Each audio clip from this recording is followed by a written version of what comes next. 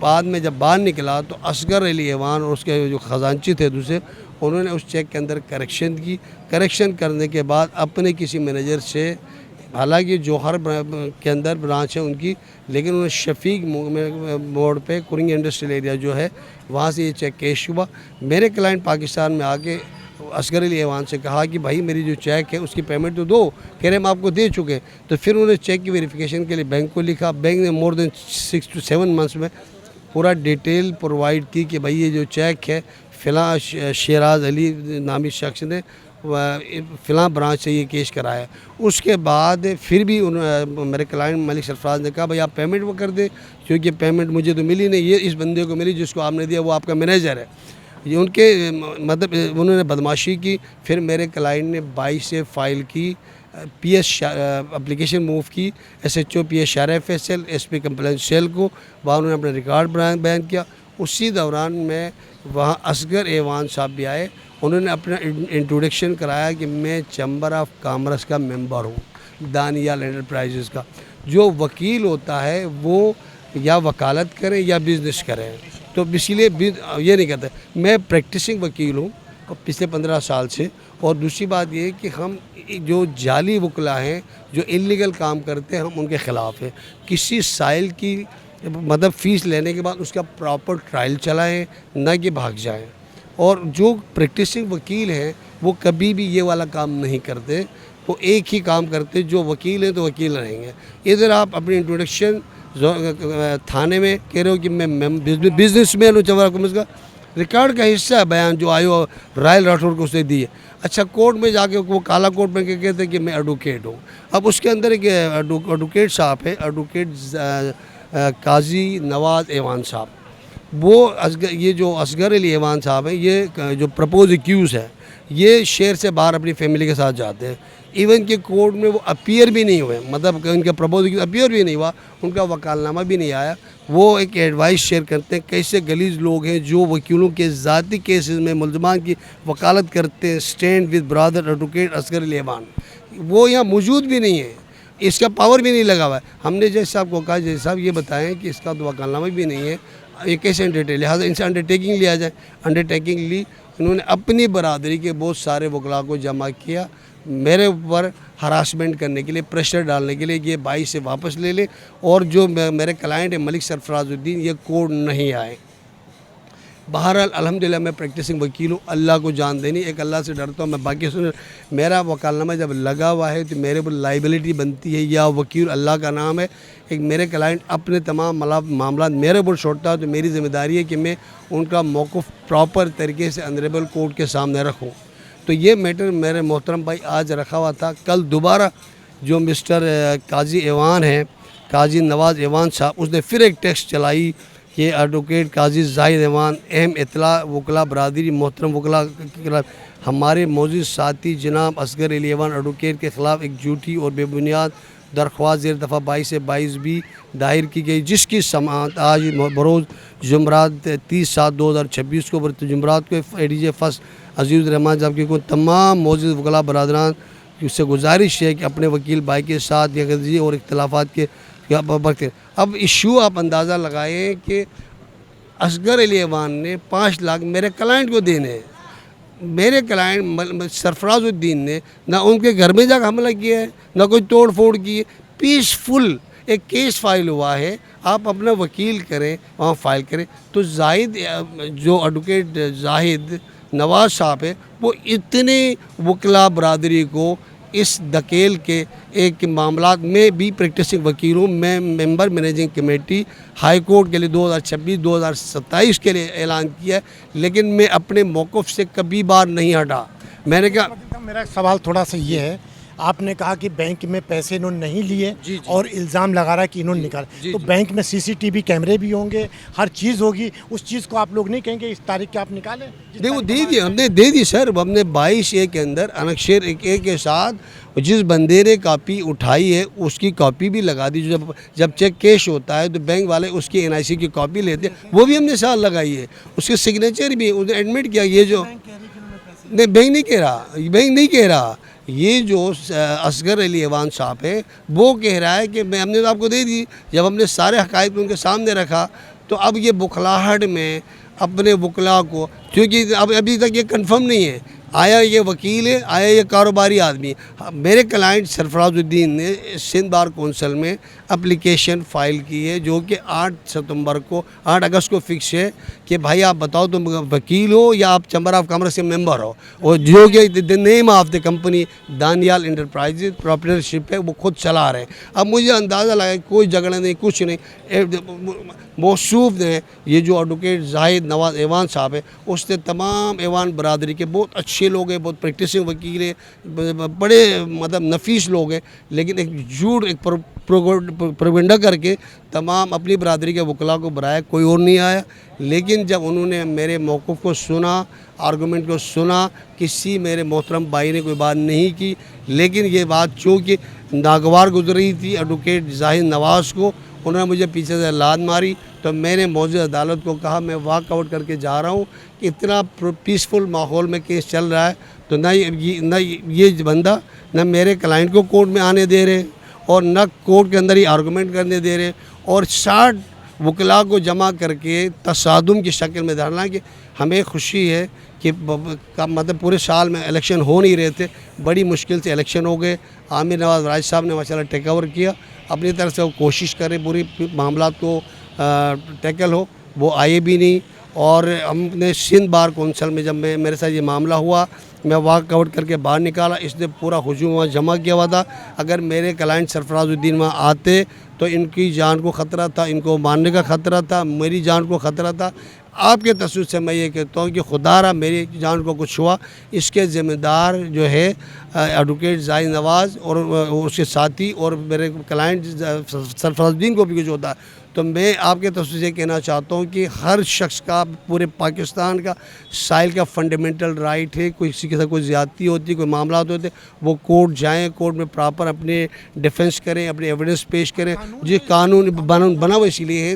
اب مجھے بتاؤ کہ ایک بندہ جھوٹے پروپیگنڈے کر کے کسی بندے کا حق کھانے کے لیے، وہ بھی 5 لاکھ کی کیا اوقات ہے سارا مجھے بتائیں، 5 لاکھ، ایک تم کاروباری آدمی ہو، 5 لاکھ کی کیا اہمیت ہے؟ تو بہرحال اس طرح کے ماحول کریٹ کرنے کی کوشش کی، تو الحمدللہ میں بھی پریکٹسنگ وکیل ہوں، مجھے بھی پورے پاکستان کے وکلاء جانتے ہیں، اور سندھ کے تمام وکلاء مجھے جانتے ہیں، مجھ سے پیار کرتے ہیں۔ I am associate with Asif Jamali بھائی کی جو الیکشن کنٹیسٹ کریں، ان کی میں نے کمپین ساری چلائی، ان کے ساتھ میں وہ کرتا ہوں، لیکن میں نے کسی کو نہیں بلایا، میں سنگل پسیلی کھڑا ہوں، جیسے صاحب نے بھی اپریشیٹ کی۔ لیکن میں یہ کہہ رہا ہوں کہ اس طرح کے ہتھ کنڈے خدارہ بند کرے، سائل کو کورٹ آنے دے، ان کو پروٹیکٹ کرے، اور جو میڈیا کے تصوت سے چیف جسٹس ظفر راجپوت صاحب اس میٹر کو دیکھ لیں، D J S Arshad Murtaza اس چیز کو دیکھ لیں، اپنے سندھ بار کے جو ایگزیکٹو ممبران ہیں اس کو آپ خدا را دیکھ لیں، تاکہ ہمارے جو وکلاء کا ایک امیج ہے وہ بہتر سے بہتر ہو، نہ کہ کچھ چند جو وکیل ہے اپنے آپ کو وکیل کہہ رہے ہیں، کم از کم پریکٹس کریں، جج کے سامنے بات کیسی کرنی ہے، کورٹ کا کیا ڈیکورم ہے، اپنا موقف کو کیسے اپنے کلائنٹ کو ڈیفینس کرنا ہے، بجائے نہ کہ لڑائی جھگڑے کر کے کالے کوٹ میں اس بات کو میں شدید مذمت کرتا ہوں۔ ایڈوکیٹ زاہد نواز نے آج جو حرکت کی ہے، 60 گواہ CCTV فوٹیج موجود ہے، کیمرے لگے ہوئے، آنریبل کورٹ عزیز الرحمان صاحب نے اپنی ڈائری میں مینشن کی ہے، جو میرے ساتھ مس بیہیو کیا ایڈوکیٹ زاہد نواز نے، اس نے اپنی آج کی کورٹ ڈائری کے اندر لکھا ہے کہ وکیل صاحب کے ساتھ انہیں زیادتی کی، کورٹ کی پروسیڈنگ کو ہولڈ کرنے کی کوشش کی۔ اب یہ میٹر 12 اگست کو 1 بجے ٹائم فکس کیا ہے، تو میں آپ لوگوں سے یہ گزارش کروں گا کہ آپ ٹائملی خدا را 1 بجے وہاں آئیں، اور اس کورٹ کی پروسیڈنگ کو آپ بھی دیکھیں، آپ کی سمجھیں، آپ مظلوم کی آواز بنیں، پورے پاکستان کی آواز بنیں۔ میڈیا بھی ایک ستون ہے، عدلیہ بھی ایک ستون ہے، وکلاء بھی ایک ستون ہے۔ اس کے اندر جو بیڑیے ہیں، جو معاملات کو خراب کرتے ہیں، جو سائل کو انصاف سے روکتے ہیں، ان کو بے نقاب کریں تاکہ یہ بیڑیاں ہٹیں، تو یہ ایک پرامن پاکستان کہ جو عوام ہیں ان کو ایک خوشحالی ملے، لوگوں کو انصاف ملے۔ اب لوگ کورٹوں میں جانے سے ڈرتے ہیں، انصاف مانگنے سے ڈرتے ہیں، یہ ماحول ختم ہو، پیسفل ماحول ہو، تو جس کو بھی کوئی پرابلم ہوگا وہ بے دھڑک اپنے وکیل برادری کے پاس آئیں اور وہ اپنے معاملات کرتے۔ میرے ساتھ میرے محترم ایڈوکیٹ بابر مرزا بھائی موجود تھے تمام پروسیڈنگ کے اندر. یہ میرے ساتھ شانہ بشانہ تھے. آپ ان سے بھی پوچھیں کہ بابر بھائی یہ جو وکیل صاحب نے بتایا ہے اس میں کتنی حقیقت ہے اور کیا کہیں گے ہمارے کہنے؟ جی اعوذ باللہ من الشیطان الرجیم بسم اللہ الرحمن الرحیم. اور مقبول بھائی کو الحمدللہ جیسے مقبول بھائی نے اپنا جی میرا نام بابر مرزا ایڈوکیٹ ہے ہائی کورٹ اور لمیٹڈ وکالت کرتے ہیں لیکن حق پہ مبنی وکالت کرتے ہیں الحمدللہ. جس سے جی جو مقبول بھائی نے بات بتائی, مقبول بھائی کو الحمدللہ بہت اچھی پریکٹس ہے ان کی. اور پریکٹسنگ کوئی لائر ایسا نہیں ہے سٹی کورٹ سے ہو خواہ وہ ہائی کورٹ سے ہو جو مقبول بھائی کو نہیں جانتا. ان کا پولیٹیکل بار میں آنا نیکسٹ ایئر کے لیے ایک اچھا سائن ہے. ماضی میں بھی انہوں نے الیکشن کنٹیسٹ کیا اور ہم تو چاہتے ہیں کہ اس طریقے کے لوگ آئیں جو سفید کو سفید بولیں اور سیاہ کو سیاہ بولیں. بات یہ ہے کہ بالکل ان کا رائٹ تھا ادر سائڈ کا اپنے دفاع کا, لیکن جس طریقے کی بدتمیزی کی گئی, جس طریقے کا ایک پروپیگنڈے کے تھرو ایک ماحول ایسا بنایا گیا کہ مقبول الرحمان وکلا برادری کا دشمن ہے, وکلا برادری کا مخبر ہے یا وکلا برادری میں دراڑ پیدا کرنا چاہتا ہے, یہ بالکل ایک نیگیٹو ایک پروپیگنڈا پھیلایا گیا. اور آنریبل کورٹ میں جب ADJ 1 میں سماعت چل رہی تھی تو سماعت کے دوران بدتمیزی کی گئی مقبول بھائی کے ساتھ اور مقبول بھائی کو لات بھی ماری گئی, جس کا بہت طریقے سے اور ٹیکنیکلی مقبول بھائی نے اس وقت بغیر بپھرے, بغیر غصہ کیے اور بغیر ڈیکورم کو خراب کیے انہوں نے واک آؤٹ کیا اور احتجاج اپنا بڑے طریقے سے ریکارڈ کرایا, جس کی آنریبل کورٹ نے بڑی پذیرائی کی اور ہماری عزت افزائی کی. باقاعدہ اپنی کورٹ ڈائری میں مینشن کیا پورے وقوعے کو, باقاعدہ لکھا گیا کہ مقبول الرحمان کو ہٹ کیا گیا اور نیکسٹ ٹائم جو پروپوز ایکیوزڈ ہے اس کو پابند کیا گیا کہ سیکیورٹی کے حوالے سے جو بھی ایشوز ہیں تاکہ ان کو بھی جو خطرات لاحق ہیں یا ان کے خدشات ہیں ان کو دور کیا جائے اور یہ پیش ہوں اپنا جو پٹیشنر ہے تاکہ اس کے سامنے فیئر اینڈ فری اور فیئر قسم کی ٹرائل ہو. یہ جو پٹیشن ہے یہ چلے تاکہ عوام کے اندر جو ایک جو انصاف کے لیے خلل پایا جاتا ہے اس کو کلیئرٹی ملے, لوگوں کو پتہ چلے کہ 22 کی جو پٹیشن ہے جب آپ کو تھانہ انٹرٹین نہیں کرتا تو کورٹس یا جسٹس آف پیس کی جو عدالت ہوتی ہے وہ آپ کے مسائل کو سننے کے لیے ہوتی ہیں. اور دیکھیے جسٹس آف پیس کی عدالت کا مقصد ہی ہے کہ وہ کسی بھی پاکستان کے شہری کو بیان دینے سے نہیں روک سکتا. تو بات یہ تھی کہ مقبول بھائی کی بھی جو پلی تھی, مقبول بھائی نے کوئی آؤٹ آف دا ورلڈ کوئی شرط نہیں رکھ دی تھی, کوئی ان کی بہت بڑی کوئی ناجائز فرمائش نہیں تھی. بس یہ چاہ رہے تھے کہ آنریبل کورٹ میں طریقے سے ان کا جو پٹیشنر ہے اس کو ان کے کیئر آف ان کے حوالے سے سنا جائے اور 154 کا جو اسٹیٹمنٹ ہے وہ ریکارڈ کیا جائے, جس پہ میں سمجھتا ہوں نیگیٹو پروپیگنڈا جو کیا گیا ناجائز ہے. کالی بھیڑوں کا ہمیں کلا کما کرنا ہوگا, ان کو ہمیں روک تھام کرنی ہوگی. دیکھیے وکیل ایک بہت نوبل پروفیشن ہے, لیکن اگر وکیل روڈوں پہ لڑ رہا ہے, گنے کی مشین پہ پیسے دینے کی وجہ سے یا ہوٹلوں پہ پیسہ دینے کی وجہ سے لڑائی کر رہا ہے اور کوئی, تو ایک بہت گندا میسج آتا ہے. جیسے انہوں نے اپنا تعارف کرایا, ان کا تعلق حسیب جمالی صاحب کے گروپ سے, میرا تعلق سرفراز میتلو صاحب کے گروپ سے. ہم دونوں کے گروپ بالکل ڈفرینٹ گروپ ہیں, لیکن بات یہ کہ ان کا لیڈر ہو یا میرا لیڈر ہو وہ یہی کہتے ہیں کہ حق سچ کی بات کرو, باقی جو حق سچ پہ ہوتا ہے سر اللہ تعالیٰ اس کو عزت دیتا ہے. دیکھیے سر میرا سوال عامر نواز بڑیچ سے بھی تھا جس ٹائم الیکشن لڑ رہے تھے وہ, اور 3 بار الیکشن کینسل ہوئے, تو میں نے یہی کہا کہ آپ جیتیں گے, جیتنے کے بعد آپ کیسے ان کو وہ کریں گے کہ 2 نمبر کون ہے اور 1 نمبر کا. یہ ہماری صحافت کی رول میں وہ تھا کہ جب آپ صحافت کریں گے تو بزنس نہیں کر سکتے ہیں, تو یہ وکیلوں میں بھی ہے. تو ایسا کیوں کہ وہ چیمبر آف کامرس کا ممبر ہے, اس کے بعد وکالت بھی کر رہے ہیں, آج تک پتہ ہی نہیں کسی.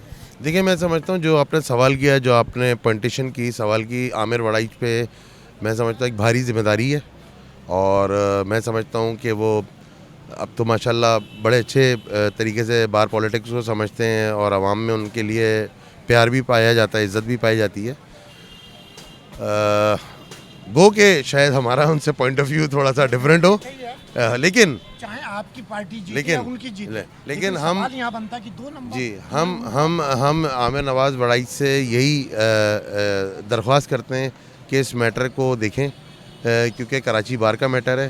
دیکھیں ہمدر بار تو سندھ بار اس میٹر کو اٹھا ہی لے گی, لیکن پھر ہمارے کراچی بار کے جو عہدیداران ہیں ان کی کوئی پھر وہ وقت نہیں رہ جائے گی, ان کی پھر کوئی اہمیت نہیں رہ جائے گی. اسی طریقے سے پھر ہر وکیل سندھ بار کی طرف یا ہائر کورٹ کی جو بار ہے اس طرف دیکھے گا.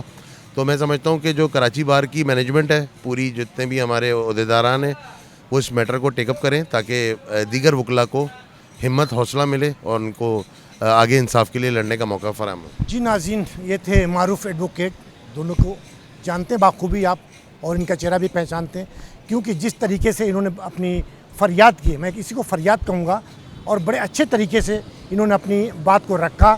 اور یہ ذمہ داری عامر نواز بڑی کی بنتی ہے, کیونکہ جو اس طریقے کے لوگ ہیں جن کو ہم کہیں گے 2 نمبر, جس طریقے سے بھائی نے بتایا کہ وہ ایک بزنس بھی کہتے ہیں, کیونکہ انہیں آن ریکارڈ ہے, یہ ریکارڈ پہ ہے, یہ میں نہیں کہہ رہا ہوں, یہ تو ریکارڈ پہ ہے کہ انہوں نے کہا کہ میں چیمبر آف کامرس کا ممبر بھی ہوں, دانیل انٹرپرائز کا ہمارا ہے, اور اس کے بعد ہم وکالت بھی کرتے ہیں.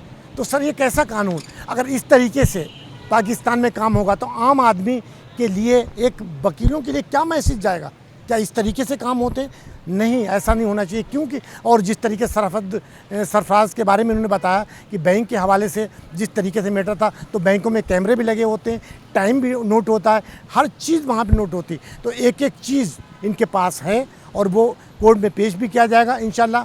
کل کسی اور نئے موضوع اور نئے مہمان کے ساتھ آپ سے ملاقات ہوگی. جب تک لے اپنے میزبان اسلم خان کو اجازت دیجیے. اللہ حافظ. پاکستان زندہ باد. اس ویڈیو کو لائک کریں, ہمارے چینل کو سبسکرائب کر بیل آئیکن ضرور پریس کریں ہماری نیو ویڈیو سب سے پہلے دیکھنے کے لیے.